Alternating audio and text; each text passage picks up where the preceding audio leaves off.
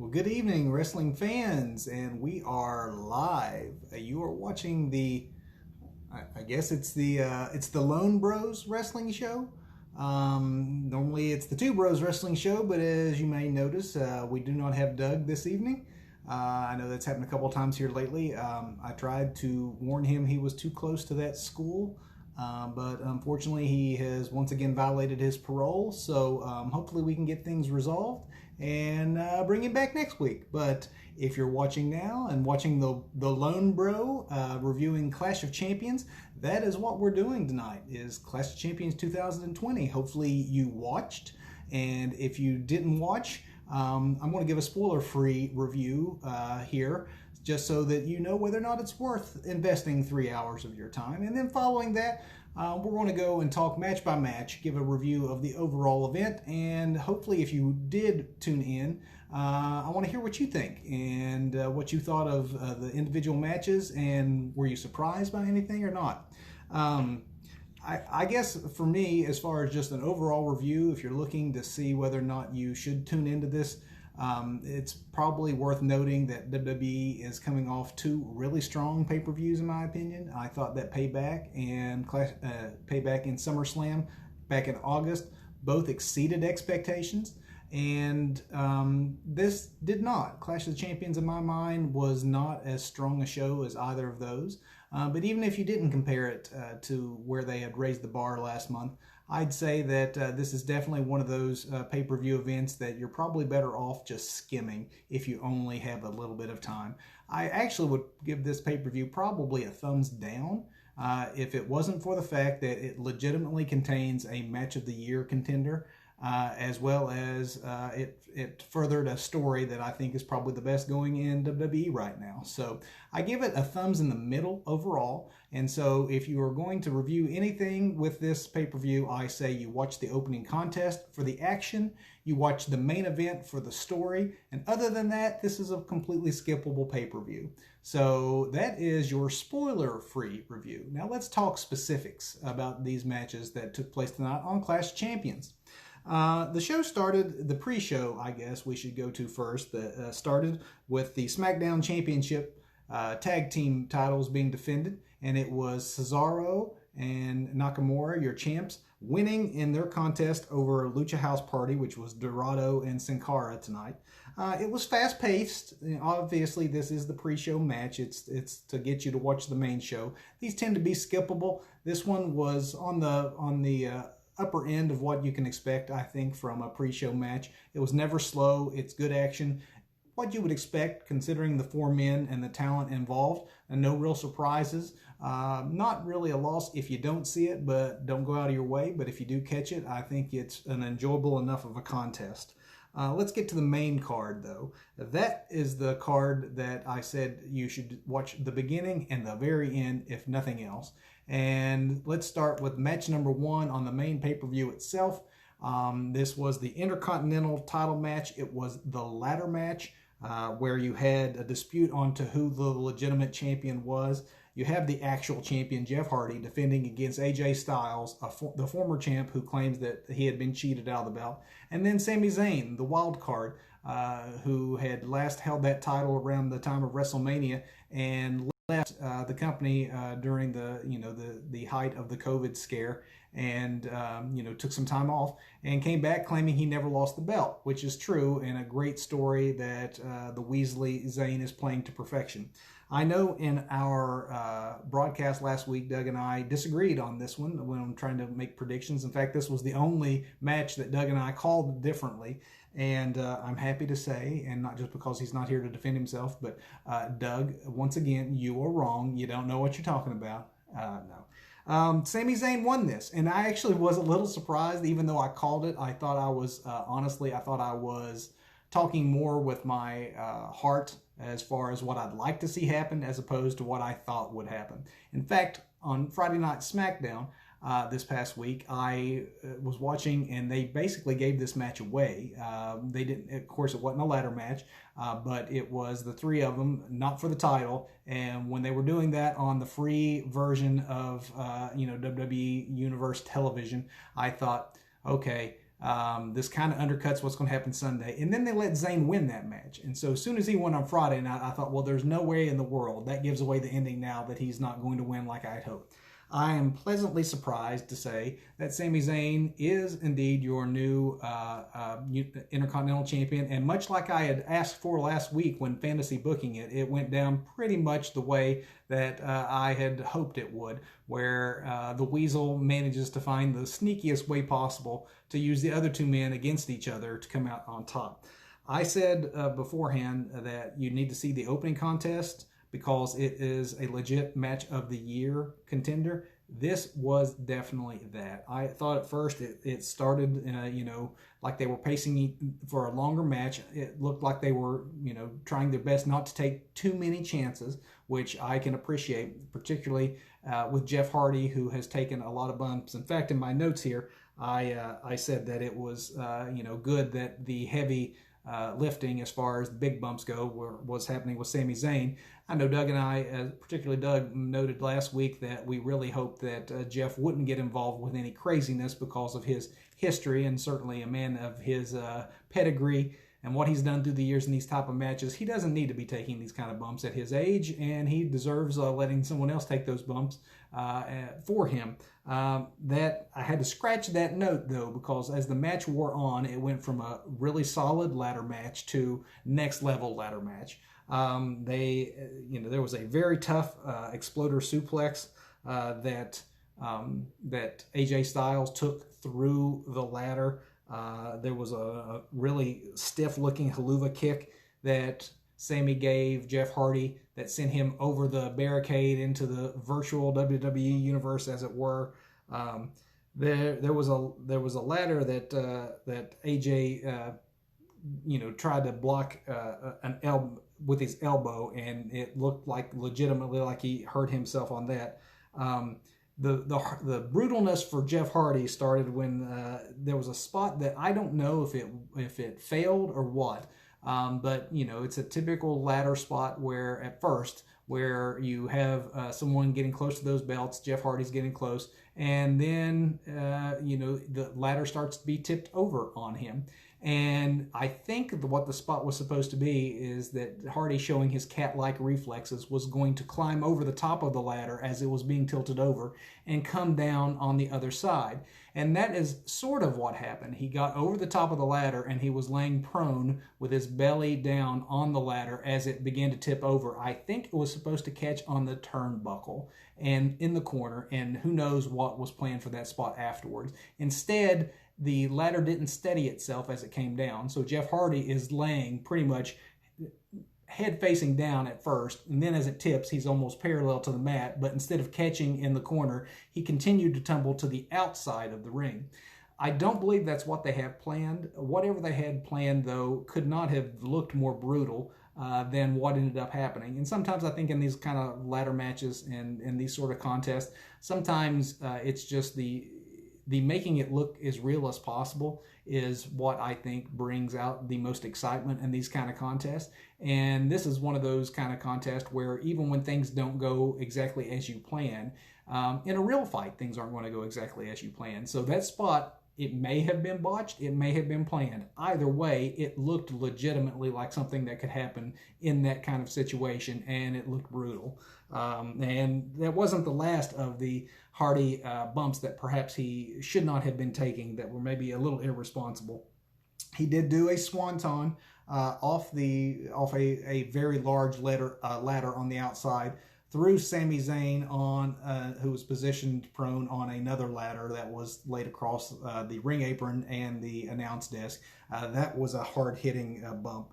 And then, I thought it was interesting. Of course, we're in the Thunderdome, so you have the live crowd on the TV displays, but the arena noise is actually piped-in noise, so it's not the folks that you're seeing on the TV screens actually making the applause or making what is happening there. the noise that you're hearing.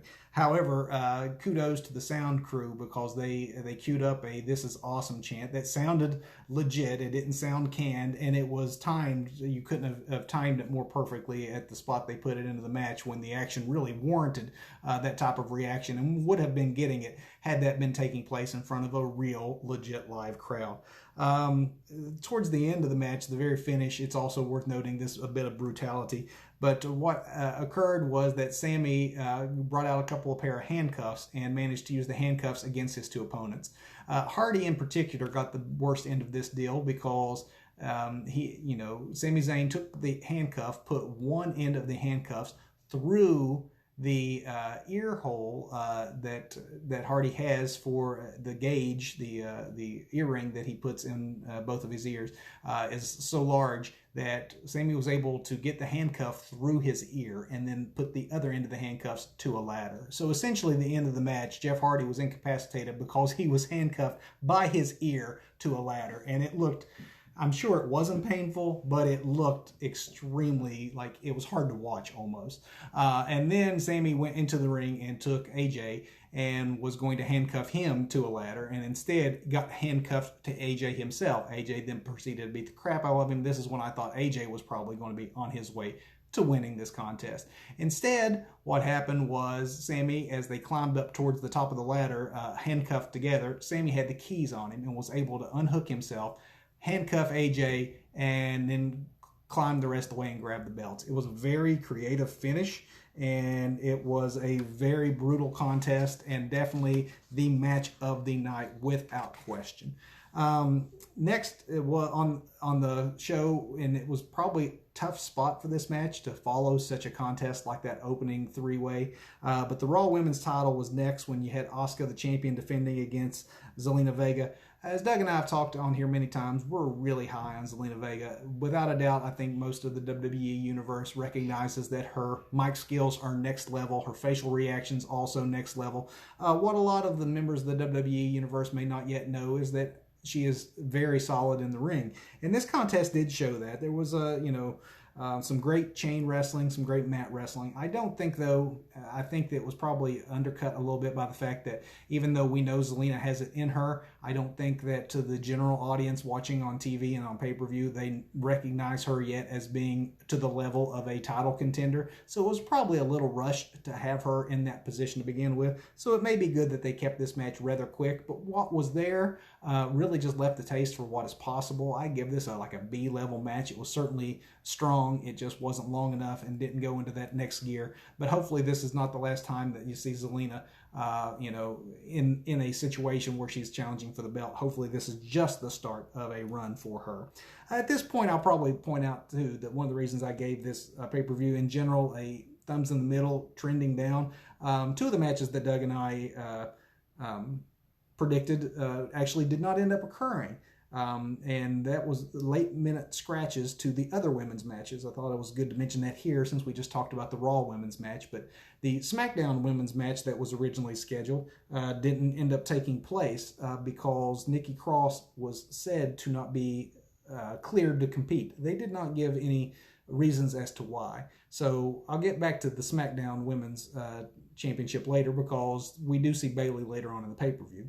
However, the tag team match that was supposed to happen, where you had the Riot Squad trying to take the belts away from Nia Jax and Shayna Baszler, that also did not take place, and they did not mention why and never mentioned the match at all. The reports out there have it that neither Nia or Shayna were cleared to wrestle either. So I know there's going to be wild speculation, especially considering this week both NXT and AEW began to deal with a COVID outbreak in both of those leagues. And I know that that's probably what a lot of folks might think is happening here, but we don't have confirmation on that yet. If we hear anything along those lines, we'll certainly pass it along. But either way, it was very subtly started to be weaved into the broadcast, whereas typically Clash of Champions is advertised as the pay-per-view where all of the titles are on the line. I noticed early on they began referring to the pay-per-view as the show where every match is a title match, which is obviously a significant shift in tone. So anyway, after that Raw women's match, we went to the U.S. Championship. And that title match was Bobby Lashley defending his belt against Apollo Crews. This is where I really thought that the pay-per-view started to slow down a little bit. And it's no offense to either of these men. I like them both. Doug and I both called this one correctly. But, this was a match that is kind of the culmination, hopefully, of a feud that has dragged on for maybe too long. It's been about 5 months now where we have seen Apollo Crews in various iterations taking on members of the Hurt Business. So at any given time, he's been feuding with somebody in that faction. And, for the most part, he's been coming out on the losing end when it counts, and that's when it comes to title matches. First against MVP, and of course now against Bobby Lashley himself. So it's going to be interesting, though, to see where they go from here with Apollo. I can't see that this feud would continue. There's no reason that it should continue. Particularly since the Hurt Business, who are, positioned as heels here lately, I would say are more tweeners. Now that they are sort of the defenders of Raw against Retribution, that put a unusual spin on the Hurt Business, looking semi like good, upstanding guys, and it makes it harder for them to get any heat when it comes to their feud with Apollo Crews. Crews has all kinds of potential, and we loved the fact that he was given the belt and given a brief run, but I don't think they ever gave him enough of a leash to show what he could do, because pretty much his entire reign was defined by his feud with the Hurt Business. And then once he lost the belt to Lashley and now has been unable to retain it, it's probably time to rethink where they go next for Apollo. So following that match, we go to the Raw Tag Team title scene, and much like we have with the U.S. Championship I just mentioned, this is a match that we've seen maybe too many times at this point. You have your champions, the Street Profits, defending against Andrade and Angel Garza, and these four men have been around each other in this feud for almost as long, I think, as what I was just talking about with the Hurt Business and Apollo Crews. This has just dragged on a bit. The only wrinkle really to this contest compared to the matches they've had before is that Zelina Vega is no longer part of the team. And therefore they are playing it up like, well, she ended up being the problem. It wasn't the two gentlemen having problems with one another, even though we've seen a lot of teased tension between these teams. This was more presented as now that she's out of our way, we can finally gel and coalesce. And there was a time in this match where it looked like that might be the way that it was going. There was a great looking Spanish fly from the top by Angel Garza.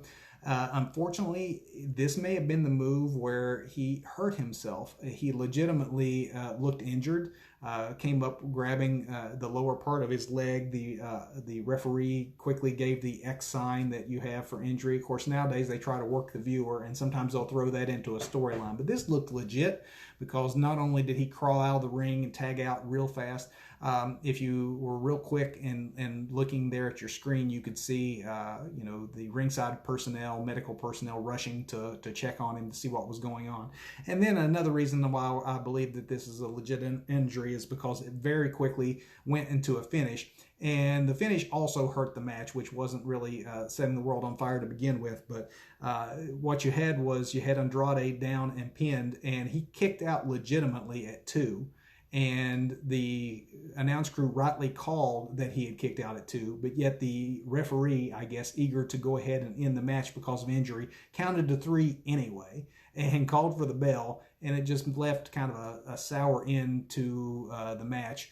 Obviously the main thing here is the injury to Angel Garza, and hopefully it's a tweak. Hopefully it's nothing major. Again, much like with some of the other contests that didn't happen earlier when we said we'll give you updates, we will definitely give you an update if we hear more about this injury to Angel Garza. But you have the Street Profits retain.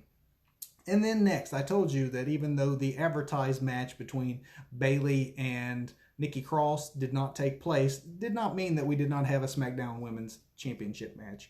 And I think the only reason we had this match, despite the fact that the only reason we had a title match, despite the fact that one of the participants scheduled to be in it couldn't participate, is because they had an angle that they obviously were wanting to get back to, and I can sort of understand that. But Bayley came out to gloat about the fact that she wouldn't have to be defending her title and that Nikki was afraid of her and that general kind of business. When Asuka, who is the Raw Women's Champion, who had wrestled earlier in the evening, came out and challenged Bayley to a match. They had a really quick rematch from SummerSlam, essentially, an unscheduled rematch from SummerSlam. And very shortly into the contest, there was a cheap DQ finish where Bayley hit Asuka with a chair. But really, all that was just to set up the return of Sasha Banks to get her revenge on Bayley, because as soon as the DQ happened, Bayley is hit from behind by Sasha with a chair, and Sasha proceeds to get a beatdown on Bayley, even though, you know, there were times when Sasha's neck injury was letting Bayley get the best of her. Sasha ends up coming out on top with chairs, with kendo sticks, the like. And I can definitely understand that you want to further this feud, because I love the way that this has been laid out, and I love where it's going. I don't know, though, that you needed to have a match to happen in order to get to this point in this feud. I think that even as soon as Nikki wasn't able to participate, you could have just had Bayley come out and brag about the fact that Nikki is scared of her, and then you could have had Sasha attack her during her promo. I don't know why you would bother on a pay-per-view that was going to go right at 3 hours anyway, why you need to prolong things by having a match that didn't mean anything just to get to that finish. But regardless, Bayley loses the match by disqualification, retains her title, and now we're getting ready to move to the next chapter of Sasha going after that belt against Bayley. Now we're to the two main events, and the thing that Doug and I thought would be closing the show actually was the next to last match, and Doug and I both called this one incorrect. The WWE Championship was Drew McIntyre taking on Randy Orton in an ambulance match. Now, I'll just state right from the get-go, I am not a fan of the concept. In general, I don't like the ambulance match gimmick. Fortunately, it is sparingly used, but once you've seen one, you've kind of seen them all. Not that there haven't been some good ones. They're essentially falls count anywhere types of contest, except instead of, you're fighting everywhere, but you just can only get that finale by getting a guy into the ambulance, which, much like a casket match or anything else, when you have to get somebody into something, you don't win until you close the lid, close the doors, and so you have always the hope spot of where it looks like you're getting ready to close the casket and the Undertaker's hand comes out. Same thing with the ambulance matches. As soon as you think you're going to close that door, the other guy sticks his hand out and stops you at the last minute. We saw that in this contest. I'm not saying that this match didn't have anything going for it. There was a really sweet looking spot early in the contest where Drew gave a Claymore attempt at Randy. Randy moved out of the way. What Drew ended up doing was giving the Claymore kick to the ambulance door, which was open, and the door comes flying off. That spot looked really neat. Later in the contest, there was also a great spot that looked good of Drew getting smashed into the windshield of the ambulance, and of course he comes up and his back is cut to pieces, and that looked kind of vicious too. Unfortunately, with these type of contests where anything goes, it leads itself to lots of overbooking shenanigans, and I think we saw that in this contest. Storyline wise, I guess it makes sense. Randy Orton, known as the Legend Killer, has been terrorizing WWE legends for years, and some of those legends returned tonight to make surprise appearances during the match to interfere on Drew's behalf and to get the revenge on Randy Orton. All of that, logically, I guess, makes a lot of sense. Unfortunately, it doesn't do a lot for the match itself, nor does it really make Drew McIntyre look very strong that he required so much help in order to further, his title reign. But we had Christian interfere. We had the Big Show interfere tonight. We had HBK interfere with a Sweet Chin Music off the ambulance and throwing Randy Orton off the top of the ambulance to the floor. And then by the end of the contest, which Drew McIntyre wins to retain, we have Ric Flair in the driver's seat of the ambulance driving the ambulance off. I think that, really the skull kick at the finish, it kind of looked off, so that made the ending a little flat. Had a chance to win, and instead of closing the ambulance door, he decided to deliver more punishment, tried to do a kick, and the kick missed by a good margin. And so that being the finish, it made the whole ending kind of fall a little flat. And I also think that this match didn't benefit from the fact it comes so close to the fantastic AEW contest we had on free TV a week and a half ago, where one of the best backyard brawls that you could ever see, parking lot brawls between Santana and Ortiz and Best Friends took place, and that is one of the better hardcore matches in recent memory. And because it was done around cars and using doors and hoods and windshields, there was a lot of spots in this that looked similar enough, and it just could not live up to the bar that match set, nor should it have to. It's just, I think, suffered a little bit by the fact that it was just so close in proximity. And so Doug and I both thought that this was a chance to get the belt off of Drew, who's held it for a decent amount of time now, and get him back involved in a chase. And Randy Orton has been such a good heel this year, and very strong in his mic work. I thought it was going to be time for him to hold that belt for a little bit while they repackaged Drew. But I'm going to guess now that Randy's had a couple of high-profile defeats to Drew McIntyre when we thought he was going to win. It's hard to imagine that they can get one more match out of this feud, so I'm guessing it's time for both men to move on. And by not switching the title, it does beg the question, where does it go now from here? I can definitely see that Randy Orton, being sort of a part-timer to begin with, might take a little bit of time off and then maybe come back around in time for Edge to return from his injury and further that feud or come for some revenge. As far as your championship scene goes, it's where do they book Drew McIntyre from here, since he's been so tied up for the last couple of months, centered around Randy Orton. Obviously, Keith Lee has been around the world title picture since he made his debut on Raw earlier this month, and there was some disintegration in that friendship between Drew and Keith. Keith did not get involved in this contest despite all the outside interference, so there's certainly no issue at play there where Drew has anything to say against Keith getting involved in his match. But I think that Keith probably now can legitimately say, you've taken care of Orton, now it's my turn, we still have unfinished business, so maybe that's where they go with Drew McIntyre. Time will tell. Probably start finding out tomorrow night on Raw.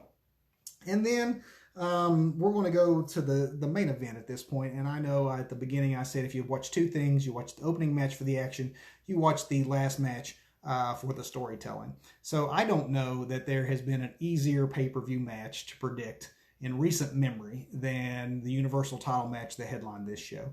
You have your tribal chief, Roman Reigns, defending the Universal Championship against his cousin, Jey Uso, who has been his whole career defined as a tag team wrestler with his twin brother. So I don't think there was anybody in this world that would have predicted that you're going to see Uso win out over Reigns, and he didn't.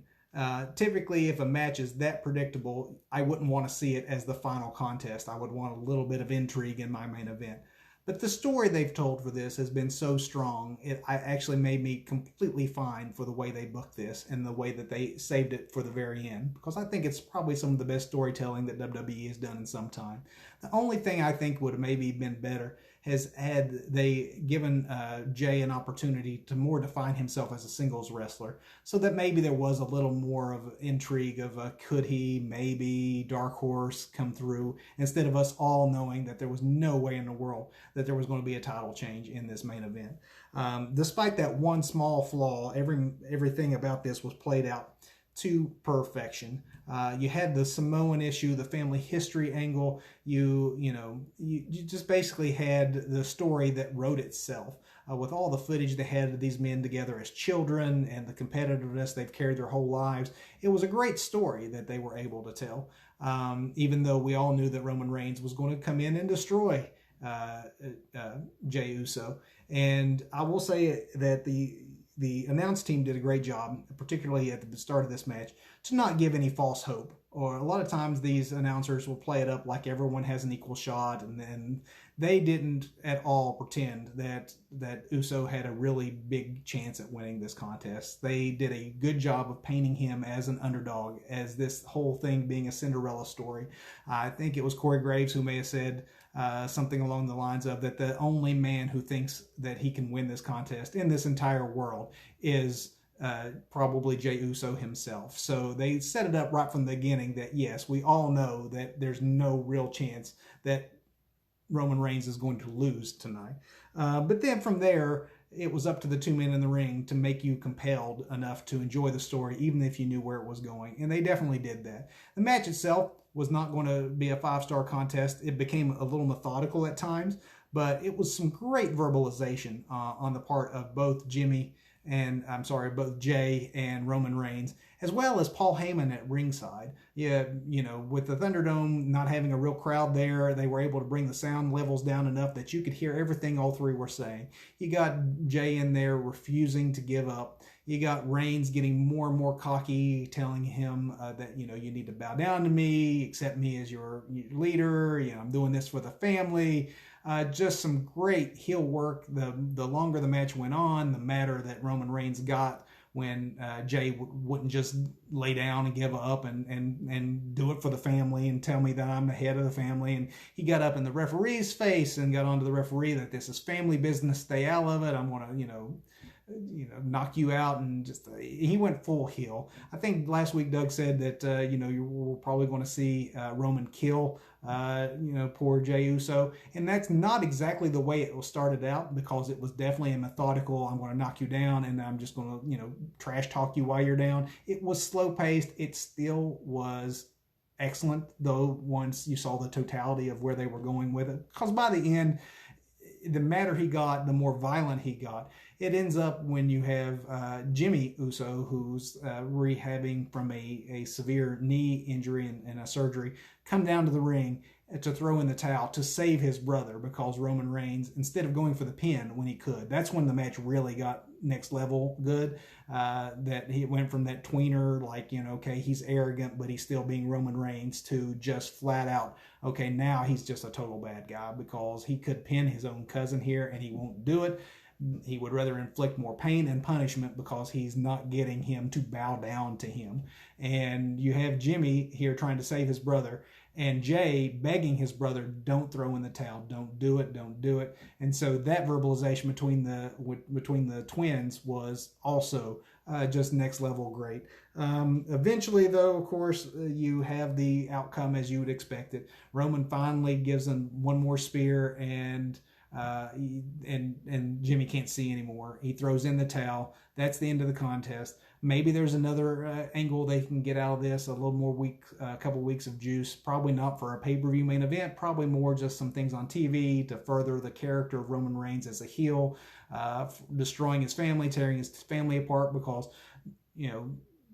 truly, Jay didn't get pinned. He didn't give up. And so he's got that he can certainly hang his hat on and say that, I never gave in to you, and I wasn't, you can beat me down, but I'm not going away, that sort of thing.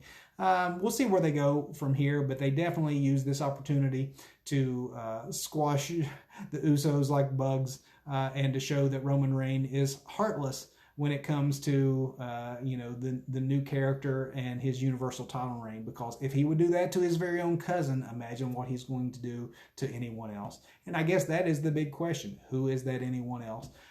Where does Roman Reigns go from here? Who is the next legitimate challenger on the SmackDown brand? Right now, I'm not seeing who that could possibly be. So let's watch TV the next couple of weeks and see how they position some of the other talent, to see who they line up next to take a beating from the new and improved Roman Reigns. And that was Clash of Champions. Again, I couldn't just completely say it was a waste of your time, because that opening contest was as good a ladder match as you'll ever see, and that main event had some furthering of a great storyline of the descent of Roman Reigns into the darkness, and it was well told. And the beating that Jay took was also some of the highlights of his career up to this point. Certainly the most high-profile match he's ever had, and he delivered on his end too. So see the opening match, see the ending match. You can feel free to skip the parts in the middle. But that's Clash of Champions 2020. Be sure to like us and follow us here on Facebook, as well as subscribe to our YouTube channel. Let us know what you thought of Clash of Champions. If you're not watching this live, you're watching it archived, let us know where we got it wrong, or what you thought of the show. Maybe you liked it a little bit better than I did. Leave us a comment and let us know what you think. We're 4 weeks away from the next WWE pay-per-view, and that will be Hell in a Cell, the pay-per-view that was moved up a week in order for it to be able to take place in the Thunderdome. So that's coming the last Sunday in October. But it is not the last time you're going to get a Two Bros Wrestling Show pay-per-view review this month, because next week, the NXT brand is having TakeOver 31. So There's a couple of contests for that are looking really strong, and we won't be doing a preview because of the timing, but we will be doing our normal review, and hopefully Doug will be back with us, and it'll be back to two bros instead of the lone bros. But either way, you join us next Sunday night if you would on Facebook or YouTube, and we'll talk NXT TakeOver 31. And in the meantime, watch some wrestling this week. Stay safe, be kind, and thanks for tuning in, folks.